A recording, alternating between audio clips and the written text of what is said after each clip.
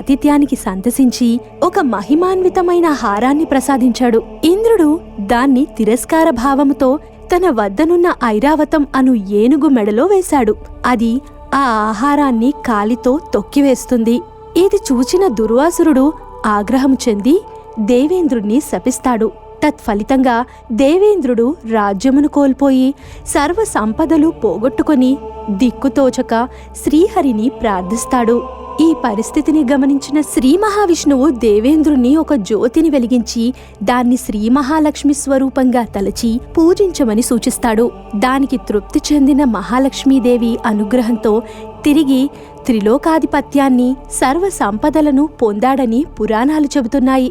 ఆ సమయంలో శ్రీ మహావిష్ణువు చెంతనే ఉండే మహాలక్ష్మీదేవిని ఇంద్రుడిలా ప్రశ్నించాడు. తల్లి, నీవు కేవలం శ్రీహరి వద్దనే ఉండటం న్యాయమా? నీ భక్తులను కరుణించవా అంటాడు.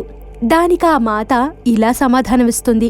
త్రిలోకాధిపతి, నన్ను త్రికరణ శుద్ధిగా ఆరాధించే భక్తులకు వారి వారి అభీష్టాలకు అనుగుణంగా, మహర్షులకు మోక్షలక్ష్మి రూపంగా, విజయాన్ని కోరేవారికి విజయలక్ష్మిగా, విద్యార్థులు నన్ను ఆరాధిస్తే విద్యాలక్ష్మిగా, ఐశ్వర్యాన్ని కోరి ఆరాధించేవారికి ధనలక్ష్మిగా, వారి సమస్త కోరికలను నెరవేర్చే వరలక్ష్మీదేవిగా ప్రసన్నురాలినవుతాను అని ఇలా సమాధానమిచ్చింది.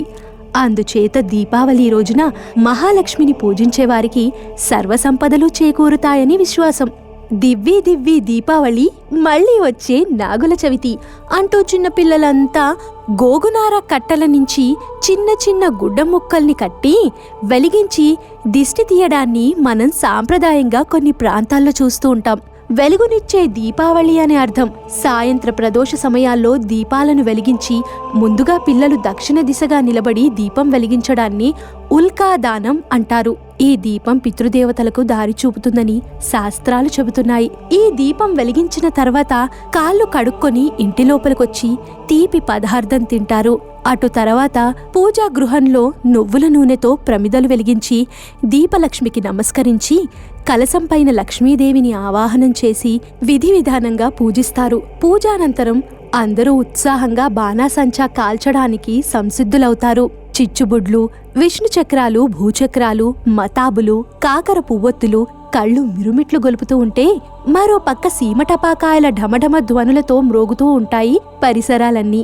ఈ విధంగా బాణాసంచా కాల్చడానికి ఒక ప్రయోజనం చెప్పబడింది పురాణాల్లో. ఆ వెలుగులో శబ్ద తరంగాల్లో దారిద్ర్య దుఃఖాలు మన దరి చేరవని, వాటిని తరిమివేయబడతాయని, ఆ వెలుగులో శబ్ద తరంగాలలో దారిద్ర్య దుఃఖాలు దూరంగా తరిమివేయబడి లక్ష్మీ కటాక్షం సిద్ధిస్తుందని, అంతేకాక వర్ష ఋతువులో ఏర్పడిన తేమ వల్ల పుట్టుకు వచ్చే క్రిమికీటకాలు బాణాసంచా పొగలకి నశిస్తాయి అని. అసుర నాశనానికి, ధర్మ ప్రతిష్టాపనకు గుర్తుగా అమావాస్య నాడు జరుపుకునే దీపావళి పండుగ నాడు లక్ష్మీదేవికి ప్రతీకగా వెలుగులు జిమ్మే దీపలక్ష్మిని పూజించడం సర్వ శుభాలను ప్రసాదిస్తుంది.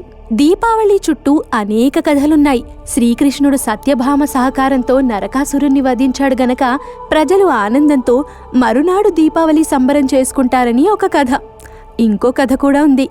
లంకలో రావణుణ్ణి సంహరించి రాముడు సీతా సమేతంగా అయోధ్యకి తిరిగొచ్చినప్పుడు ప్రజలు ఆనందంతో ఈ పండగ జరుపుకున్నారని చెబుతారు. ఉత్తరాదివారు, ముఖ్యంగా వ్యాపారులు దీపావళి రోజున కొత్త సంవత్సరంగా పాటిస్తారు. ఆ రోజు లక్ష్మీదేవి పూజ చేసి కొత్త ఖాతా పుస్తకాలను తెరుస్తారు. దీపావళి పండుగల్లాంటివే ప్రపంచంలోని అన్ని సమాజాల్లోనూ ఉన్నాయి.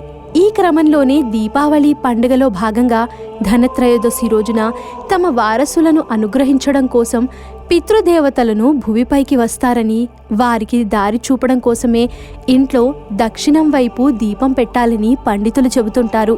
ఇలా పెట్టే దీపాన్ని యమదీపమని, అలా యమదీపం పెట్టడం వల్ల అకాల మృత్యుదోషాలు తొలగిపోతాయని పండితులు తెలియజేస్తున్నారు. ఇలా 5 రోజుల పాటు ఈ పండుగ ఎంతో వేడుకగా జరుపుకుంటూ లక్ష్మీదేవికి పెద్ద ఎత్తున పూజా కార్యక్రమాలను నిర్వహించడమే కాకుండా వివిధ రకాల మిఠాయిలను అమ్మవారికి నైవేద్యంగా సమర్పించి ఈ పండుగను చిన్న పెద్ద అనే తేడా లేకుండా ఎంతో సంతోషంగా జరుపుకుంటారు. ఇక దీపావళి పండుగ వెనక ఉన్న శాస్త్రీయపరమైన కారణాల విషయానికొస్తే, పండగ నాడు దీపాన్ని వెలిగించడం వల్ల విడుదలైన ఒక రకమైన వాయువు ఇంటి పరిసర ప్రాంతాలను శుభ్రం చేస్తుంది. ఇది వాతావరణంలో ఉన్న సూక్ష్మ క్రిములను, హానికరమైన వ్యర్థాలను కరిగించడంలో ప్రధాన పాత్రను పోషిస్తుంది. అదేవిధంగా పండుగ నాడు పేల్చే టపాకాయల చప్పుళ్ళు భయంకరమైన, కంటికి కనిపించని సూక్ష్మక్రిముల సైతం నశించిపోతాయనే నమ్మకం భారతీయ సంస్కృతిలో ఉన్నది. శ్రీరాముడు రావణాసురుణ్ణి వధించిన రోజున విజయదశమి పండుగగా జరుపుకుంటే, సరిగ్గా ఈ పండగకు 14 రోజుల తర్వాతే దీపావళి పండగొస్తుంది. అనగా ఈ దీపావళి పండుగ నాటికి శ్రీరాముడు యుద్ధాన్ని ముగించుకొని తిరిగి అయోధ్య నగరంలోకి ప్రవేశిస్తాడు.